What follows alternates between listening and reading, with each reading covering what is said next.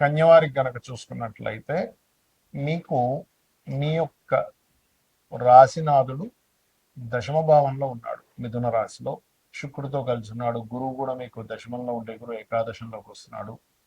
ఖర్చులు ఇన్వెస్ట్మెంట్స్ ప్లేస్లో కేతు ఉన్నాడు.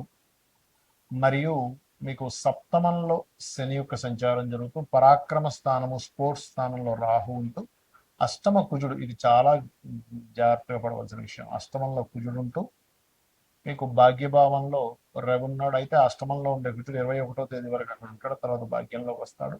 భాగ్యంలో ఉండేటువంటి రవి అంటే తండ్రి స్థానంలో ఉండేటువంటి రవి దశమ స్థానంలోకి జూన్ 14-15 తేదీలో మారుతున్నాడు. అదేవిధంగా ఆ బుధుడు కూడా మీకు 23వ తేదీ వరకు దశమంలో ఉంటూ 23వ తేదీకి లాభంలో మారడము. శుక్రుడు ధనాధిపతి అయినటువంటి శుక్రుడు మీకు ధనాన్ని ఇచ్చే కారకుడు అగైన్ గురువుని కలుస్తున్నాడు 9వ తేదీకి. వీటి మూలంగా మీకు కలిగేటువంటి ఫలితాలు ఏమిటి, ఏ దేవత ఆరాధన చేయాలి, ఎటువంటి విషయాల పట్ల మీరు జాగ్రత్త వహించాలి అనేటువంటి అంశాలు చెప్తుంది నేనైనప్పటికీ చెప్పిస్తుంది సాక్షాత్ లలిత అమ్మవారిగా భావిస్తూ ఆ లలితాంబిక అమ్మవారి యొక్క అనుగ్రహం మీకు పరిపూర్ణంగా కలగాలని వస్తుంది కోరుకుంటూ, ప్రధానంగా ఇక్కడ మీరు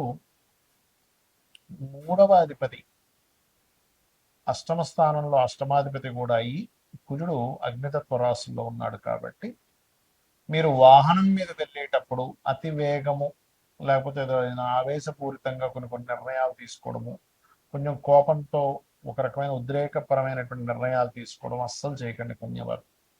అష్టమంలో అష్టమాధిపతి అగ్నితత్వ రాశిలో ఉండడం అనేటువంటిది ఓ రకంగా అది నీచభంగ రాజ్యోగం అన్ని విపరీత రాజ్యోగాలు జన్మజాతకంలో చూసుకోవాలి. గోచారంలో కొంతవరకు పనిచేస్తాయి, కానీ ఈ విషయంలో జాగ్రత్తగా ఉండాలి.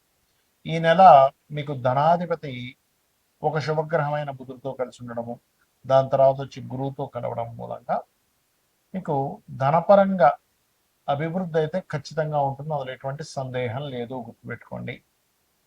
అలాగే మరొక విషయం ఏంటంటే కొంచెం అన్నదమ్ములతోని అక్కచెల్లెలతోని లేకపోతే ఎవరితోనైనా మాట్లాడేటప్పుడు అది కొన్ని మిస్కమ్యూనికేషన్స్ జరుగుతాయి. మీరు గతంలో ఎప్పటి నుంచో ఫలానా కోర్స్ చేద్దాము, కాంపిటీషన్ రిలేటెడ్ సంబంధించిన ఎగ్జామ్స్ రాద్దాం అనుకునేటువంటి వాటికి అనుకూలంగా ఉంది, లేదని లేదు. కాకపోతే ఇక్కడ 6లో రాహు ఉన్నందుకు స్పోర్ట్స్ రంగాల్లో ఉండేటువంటి వారికి బాగా కలిసి వస్తుంది. కాకపోతే వివాహ నిర్ణయాలు వివాహ సంబంధించిన విషయంలో కొంచెం జాగ్రత్తగా ఉండాలి. ప్రధానంగా 7-8 తేదీలు ఎవరికి అప్పులు ఇవ్వకండి. అప్పు ఇవ్వడం వల్ల అప్పు తీసుకోవడం ద్వారా 7-8 తేదీలు మీరు ఇరుక్కుంటారు. 9-10 తేదీలు ఎట్టి పరిస్థితుల్లో వివాహ నిర్ణయాలు కానివ్వండి, పార్ట్నర్షిప్ సంబంధించిన విషయాలు కానివ్వండి, జాగ్రత్తగా ఉండండి. తొందరపడి ఏదో పార్ట్నర్షిప్లోకి వెళ్ళడం లేదా ఎవరైనా పార్ట్నర్గా తీసుకునేటువంటివి చేయకండి. గురువు ఎప్పుడైతే లాభస్థానంలోకి వస్తూ మరో 2 గ్రహాలు కూడా వచ్చి కలుస్తున్నాయో కొంతవరకు చేసే వ్యాపారాల్లో లాభదాయకంగా ఉంటుంది. అదేవిధంగా కాస్త సంతానం కోసం చేసే ప్రయత్నం కూడా ఫలిస్తుంది, ఎందుకంటే అక్కడ ఉండే గురువు పంచమ భావాన్ని చూస్తున్నాడు, సప్తమ స్థానాన్ని చూస్తుంటాడు. కాబట్టి ఇష్టపడిన వారిని వివాహం చేసుకోవడానికి చేసే మీ యొక్క ప్రయత్నం ఖచ్చితంగా ఫలిస్తుంది. అయితే మీరు నిత్యము వెంకటేశ్వర స్వామి యొక్క ఆరాధన, నిత్యము వీలైతే హనుమాన్ చాలీసా చదవండి, అన్ని విధాలా మీకు బాగుంటుంది, ఎటువంటి ఇబ్బంది కలగకుండా ఉంటుంది. ప్రస్తుతం గోచారంలో ఉండేటువంటి గ్రహాల యొక్క స్థితి మూలంగా మనం ఆల్రెడీ కొన్ని నెలల నుంచి చెప్తూనే వస్తున్నాం.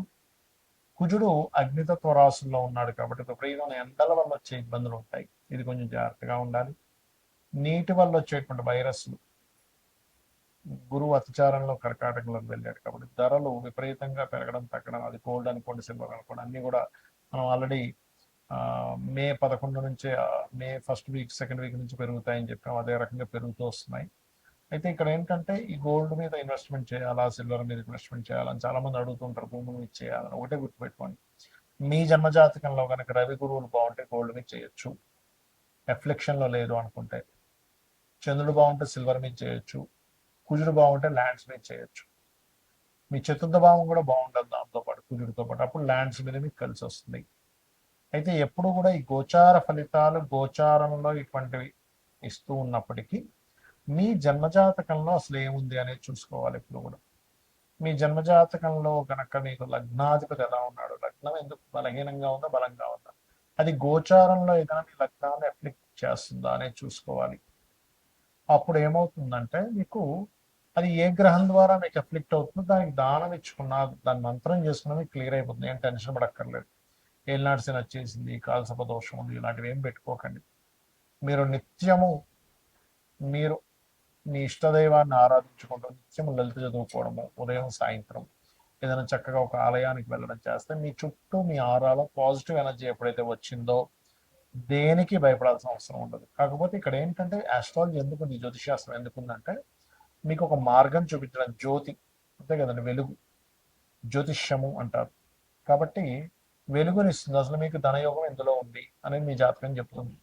ఈ మార్గంలో వెళ్తే, ఈ ప్రొఫెషన్లో ఉంటే, ఇది చదువుకుంటే, ఈ వ్యాపారం చేస్తే, ఈ ఈ సమయంలో వ్యాపారం చేస్తే, ఇటువంటి వాటికి సంబంధించిన సర్వీసెస్ లేకపోతే ఉద్యోగం చేయాలనే దాన్ని ఒక క్లారిటీ ఇస్తుంది. అదేవిధంగా మీరు చేసే ప్రయత్నాలు అనుకోండి, మీరు ఉండే డైరెక్షన్, అంటే మీరు ఎప్పుడు గృహం కొనుక్కోవాలి, ఏ డైరెక్షన్లో నివసిస్తే మంచిది అనేది మీ చతుర్థ భావం. సంతానము ఎందుకు అభివృద్ధి అవ్వట్లేదు, సంతానం కలగాలంటే ఏంటి, కలగకపోవడానికి కారణాలు ఏమిటి, కలిగినా ఎందుకు వారు అలా ఉంటున్నారు, దానికి రెమెడీ ఏం చేసుకోవాలని మీ పంచమ భావము. రుణరోగ శత్రుభావం అంటారు. అంటే మనం పూర్వజన్మంలో చేసినటువంటి కర్మలు రుణము రూపంలోని, రోగము రూపంలోని, శత్రు రూపంలో వస్తుందట. దాన్ని మీ ఆరోభావంలో ఉండేటువంటి గ్రహాల యొక్క స్థితిగతులను బట్టి మీరు దాన్ని సెట్ చేసుకోవాలి. అలాగే మరొక విషయం ఏంటంటే ఇక్కడ గమనించినట్లయితే ఈ జాతక చక్రంలో ముఖ్యంగా మీకు అష్టమం అంటే ఆకస్మిక సంఘటనలు, దశమం వృత్తి, లాభం, వ్యాపార సంబంధించినటువంటి విషయాలు ఏవైతే ఉంటాయో ఇక్కడ ప్రధానంగా మీ యొక్క పర్సనల్ చార్ట్లో ఎలా ఉంది అనేటువంటి విషయాలను చూసుకోవాలి. అవి ఏమి చూసుకోకుండా కేవలం మీరు ఏలినాటి శని వచ్చేసింది, అర్ధాష్టమి శని వచ్చింది, దాని ప్రభావం ఉండదని నేను చెప్పట్లే.